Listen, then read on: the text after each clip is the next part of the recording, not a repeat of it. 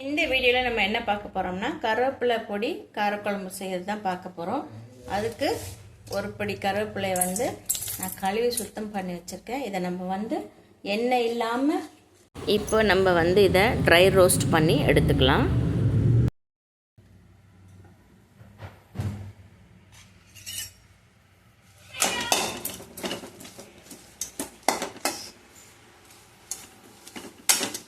இந்த ஈரப்பதெல்லாம் போகணும். அதுக்கப்புறம் கொஞ்சம் வறுத்துட்டு இதை பொடி பண்ணி வச்சுக்கலாம். அதுக்காக தான் நம்ம எண்ணெய் இல்லாமல் வதக்கிறது.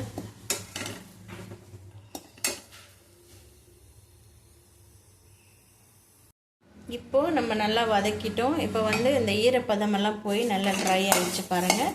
இப்போ நம்ம இதை எடுத்து தனியாக வச்சிடலாம். பொடி பண்ணி வச்சுக்கணும். அப்புறமா பொடி பண்ணிக்கலாம். ஆஃப் பண்ணிடலாம். எடுத்துக்கலாம். இப்போ தனியாக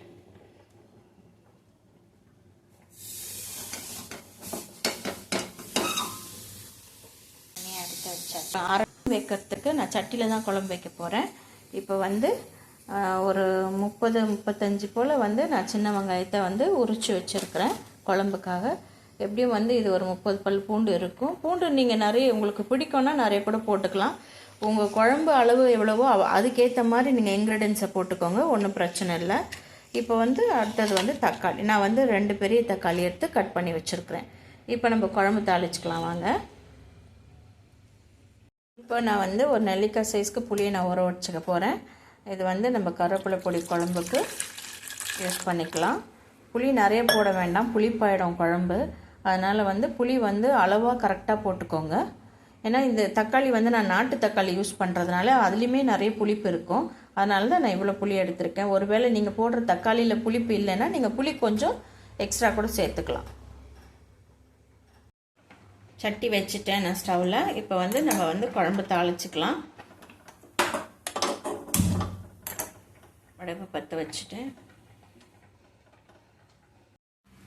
சட்டி காஞ்சிடுச்சு. இப்போ நம்ம எண்ணெய் ஊற்றிக்கலாம். நான் எப்பவுமே கடலெண்ணெய் இல்லைன்னா நல்லெண்ணெய் தான் யூஸ் பண்ணுவேன்.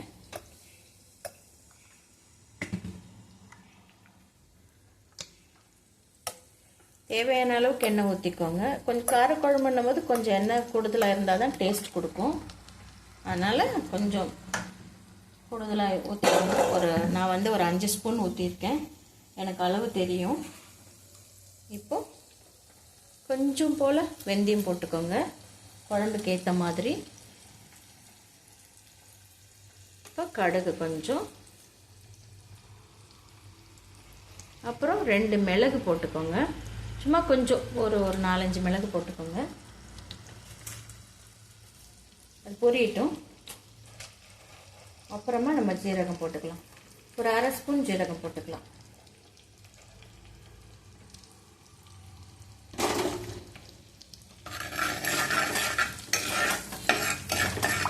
ஏன் மிளகு போடுறோம்னா அது ஒரு டேஸ்ட்டுக்காக தான் போடுறோம். காரத்துக்கு நம்ம மிளகாத்தூள்லாம் குழம்பு மிளகாய் பொடியெல்லாம் போடுவோம்.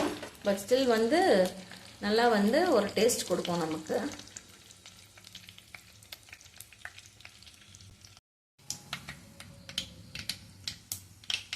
கடுகு பொரிஞ்சிட்ருக்கு.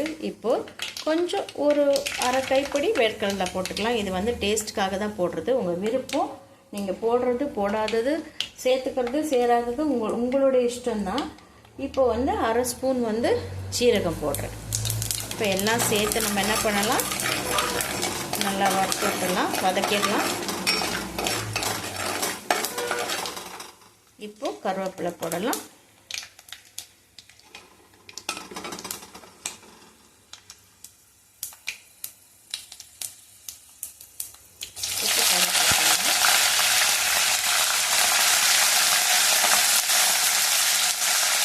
ரெண்டு காஞ்ச மிளகாய் போட்டுக்கலாம். காஞ்ச மிளகாவும் டேஸ்ட்டுக்காக தான் போடுறது. இன்னும் பச்சை மிளகாய் வேணும்னா கூட நீங்கள் போட்டுக்கலாம். இப்போ பூண்டு போட்டுக்கலாம். பூண்டு நான் எடுத்து வச்சுருக்கிற எல்லா பூண்டுமே போடுறேன். காரக்குழம்புக்கெல்லாம் பூண்டு போட்டோம்னா நல்ல ஒரு டேஸ்ட் கிடைக்கும். அப்புறம் எடுத்து வச்சுருக்கிற ஒரு கைப்பிடி வெங்காயம் போட்டுக்குவோம்.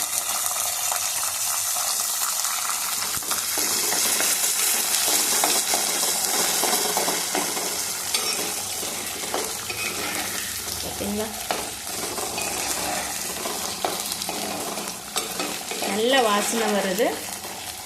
சிம்மில் வச்சு வதக்கணும், இல்லைன்னா அடி பிடிச்சிரும், இல்லைன்னா தீஞ்சிரும். வெங்காயம் கொஞ்சம் நல்லா ப்ரௌன் கலர் வந்த பிறகு நம்ம வந்து தக்காளி போட்டுக்கலாம்.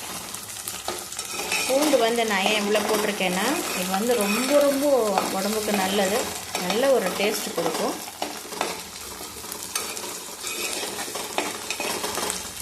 கொஞ்சம் வதங்கட்டும். இப்போ உப்பு சேர்த்துக்கலாம் வெங்காயம் வதங்கிறதுக்காக. இப்போது தேவையான அளவு உப்பு சேர்த்துக்கிறேன்.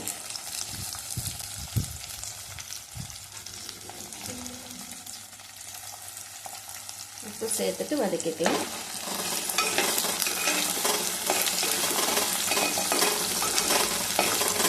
கருவேப்பிலை பொடி குழம்புன்னும் போது உடம்புக்கு பிள்ளைங்க வந்து எப்பவுமே கருவேப்பிலையை தனியாக எடுத்து வச்சுருவாங்க. நம்ம குழம்புல போட்டாலோ எதில் போட்டாலுமே தனியாக வச்சுருவாங்க. ஆனால் இந்த கருவேப்பிலையை நம்ம வந்து வதக்கி வந்து பொடி பண்ணி போட்டோம்னா அந்த மணத்தில் அந்த வாசனைக்கே சாப்பிடுவாங்க பசங்க. ஆனால் அதுலேயும் நமக்கு வந்து கருவேப்பிலை பொடி அவ்வளோவா தெரியாது. வதங்கிட்ட பிறகு நம்ம வந்து தக்காளி போட்டுக்கலாம்.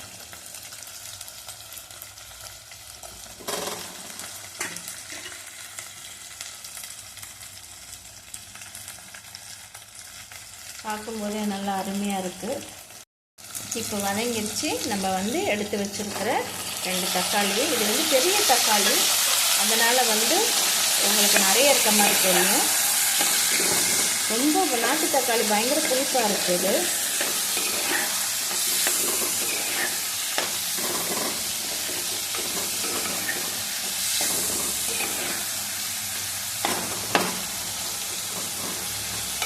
வதங்கட்டும்.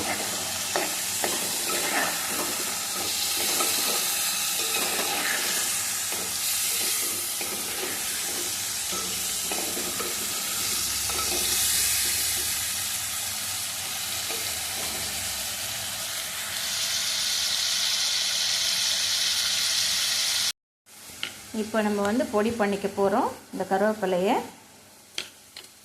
பொடி பண்ணிவிட்டு உங்களுக்கு காமிக்கிறேன். பொடி பண்ணிட்டோம். நம்ம வந்து நிறைய ரொம்ப தூளாக பண்ணணுன்ற அவசியம் கிடையாது. இது மாதிரி இருந்தாலே போதும். அப்போ தான் கொஞ்சம் நல்லாயிருக்கும் சாப்பிட்றதுக்கு. தக்காளி நல்லா வதங்கிடுச்சிங்க. இப்போ நம்ம வந்து இந்த குழம்புல சேர்த்துக்க வேண்டிய எல்லா மசாலா பொடிகளையும் சேர்த்துக்கலாம்.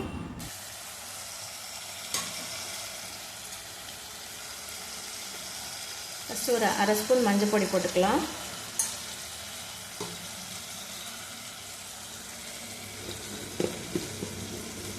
இது வந்து குழம்பு மிளகா பொடி, அந்த பொடி அது வந்து ஒரு 2 ஸ்பூன் போட்டுக்கலாம். அப்புறம் காஷ்மீரி மிளகா பொடி வந்து 1 ஸ்பூன் போட்டுக்கலாம். அது வந்து கலருக்காக தான். அது வந்து உங்கள் விருப்பம், நீங்கள் சேர்த்துக்கிறது சேர்த்துக்காதது உங்கள் விருப்பம். காஷ்மீரி மிளகா பொடி வந்து ஒரு 3/4 ஸ்பூன் சேர்த்துக்கிறேன். என்ன போட்டுக்க, இது வந்து காரம் இருக்காது, கலர் கொடுக்கும். இப்போ வந்து தனியா பொடி ஒரு 2 ஸ்பூன் சேர்த்துக்கிறேன். தனியா பொடி ஒரு 2 ஸ்பூன் சேர்த்துக்கிறேன். நமக்கு காரம் உப்பெல்லாம் பத்தலைன்னா அவங்களுக்கு, நான் வந்து காரம் பொதுவாகவே கம்மியாக தான் போடுவேன். ஏன்னா குழந்தைங்க சாப்பிட்றதுனால ரொம்பலாம் காரம் போட மாட்டேன். இதை கொஞ்சம் வதக்கி விட்டுக்கலாம். ஏன்னா இப்படி இப்போது இதே எண்ணெயில் நம்ம இந்த மாதிரி வதக்கி விட்டுட்டு இதை கொஞ்சம் நல்லா அந்த எண்ணெயிலேயே நம்ம வதக்கணும்னா அந்த பச்சை ஸ்மெல்லெல்லாம் போயிடும். அந்த மிளகாய் பொடி தனியா பொடி ஸ்மெல்லெல்லாம் இருக்காது. ரொம்ப ரொம்ப டேஸ்ட்டாக இருக்கும். கொஞ்சம் வதங்கிட்ட பிறகு நம்ம வந்து தண்ணி ஊற்றிக்கலாம். கொதிக்கிறதுக்கும் நமக்கு டைம் எடுக்காது, நிறைய டைம் எடுத்துக்காது. இப்போ நம்ம தண்ணி ஊற்றிக்கலாம்.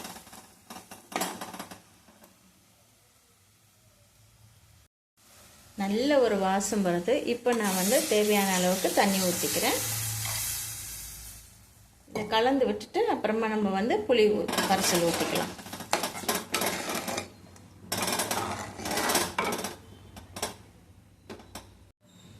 இப்போது நம்ம வந்து புளியை கரைச்சி கொஞ்சமாக புளி ஊற்றிக்கலாம். அப்போ தான் நமக்கு ஒரு நல்ல டேஸ்ட் கொடுக்கும். நிறைய புளி ஊற்றிட்டோம்னா ரொம்ப புளிப்பாக இருக்கும் குழம்பு. அப்புறம் புளி குழம்பு சாப்பிட்ற மாதிரி இருக்கும். புளி கரைச்சி கொண்டு வந்துடுறேன். இப்போது நம்ம வந்து கரைச்சி வச்ச புளியை வந்து கொஞ்சமாக ஊற்றிக்கலாம். முதல்ல புளி, காரம், உப்பு அதெல்லாம் எப்படி இருக்குன்னு பார்த்துட்டு அதுக்கப்புறம் நம்ம வந்து இன்னும் புளி வேணும்னா ஊற்றிக்கலாம். ஃபஸ்ட்டு வந்து நல்ல ஒரு வாசனை வருதுங்க குழம்பு. ஏன்னா நம்ம வந்து கொஞ்சம் ஒரு 4-5 மிளகு சேர்த்துருக்குறோம், சீரகம் சேர்த்துருக்குறோம், வெந்தயம் சேர்த்துருக்கோம். எல்லாமே வந்து உடம்புக்கு ஆரோக்கியமான ஒரு இன்க்ரீடியன்ஸை தான் நம்ம சேர்த்து வைக்கிறோம். அதான் காரமும் புளியும் கம்மியாக போட்டு வச்சோம்னா குழந்தைங்களுக்கு ரொம்ப நல்லா இஷ்டமாக சாப்பிடுவாங்க. இப்போ நான் வந்து டேஸ்ட் பார்த்துட்றேன்.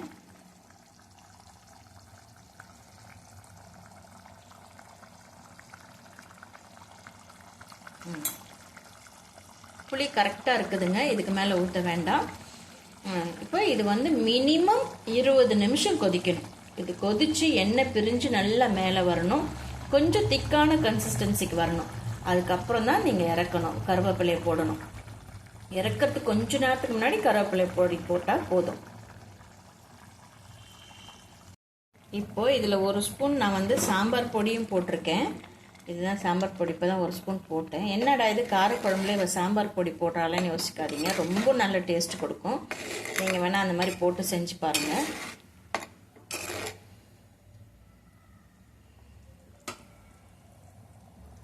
நல்லா கொதிக்குது, கொதிக்கட்டும்.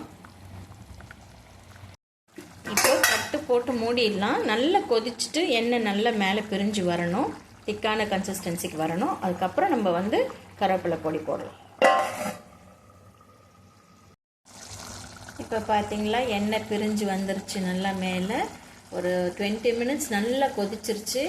அதனால் வந்து இப்போ நீங்கள் கருவேப்பிலை பொடி போடலாம். இப்போ நம்ம பொடி பண்ணி வச்சுருக்கிற கருவேப்பிலை போட்டுட்டு மிக்ஸ் பண்ணி விட்டுடுங்க, கலந்து விட்டுடுங்க. நல்லா திக்கான கன்சிஸ்டன்சிக்கும் குழம்பு வந்துருச்சு. இது எப்படின்னா தண்ணியாக சாப்பிடக்கூடாது. இந்த மாதிரி திக்கான கன்சிஸ்டன்சியில் வந்து சுட சுட சாதம் போட்டு அதில் கொஞ்சம் ஊற்றி சாப்பிடணும். அப்படி ஒரு டேஸ்ட்டாக இருக்கும். பாருங்கள், பார்க்கும்போதே நல்ல ஒரு வாசனை வருது. பார்க்கும்போதே சாப்பிடணும் போல் ஒரு ஆசை வருது. நல்லா கொதிச்சிருச்சு. ஒரு 5 நிமிஷம் கழித்து நம்ம வந்து குழம்பு இறக்கிடலாம். இதாங்க கருவேப்பிலை பொடி குழம்பு. செம்ம வாசனை வருது.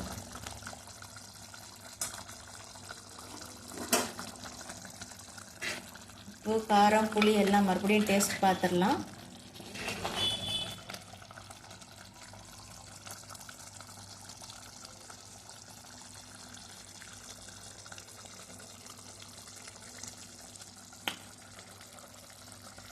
செம்மையாக இருக்குங்க, செம்ம டேஸ்ட்டாக இருக்குது. நீங்களும் இதே மாதிரி பண்ணுங்க. இருக்கிற எல்லா கருவேப்பிலை பொடியும் நான் போட்டுட்டேன். ஏன்னா அவ்வளோ ஒரு நல்ல மணமாக இருக்குது. கொதிக்கட்டும். அப்புறம் இறக்கும்போது கொத்தமல்லி போட்டுக்கலாம். தேங்காய் ஊற்றக்கூடாது இந்த குழம்புக்கு. தேங்காய் ஊற்றுனீங்கன்னா அதோட ரியல் டேஸ்ட்டே போயிடும். இப்போ பார்த்தீங்களா, இது வந்து ஃபைனல் ஸ்டேஜ். கம்ப்ளீட்டாக நல்லா பிரிஞ்சு எண்ணெய் வெளியில் வந்துருச்சு. இப்போ இந்த நேரத்தில் நம்ம வந்து கொத்தமல்லியை தூவி விட்டுட்டு நம்ம வந்து ஸ்டவ் ஆஃப் பண்ணிடலாம்.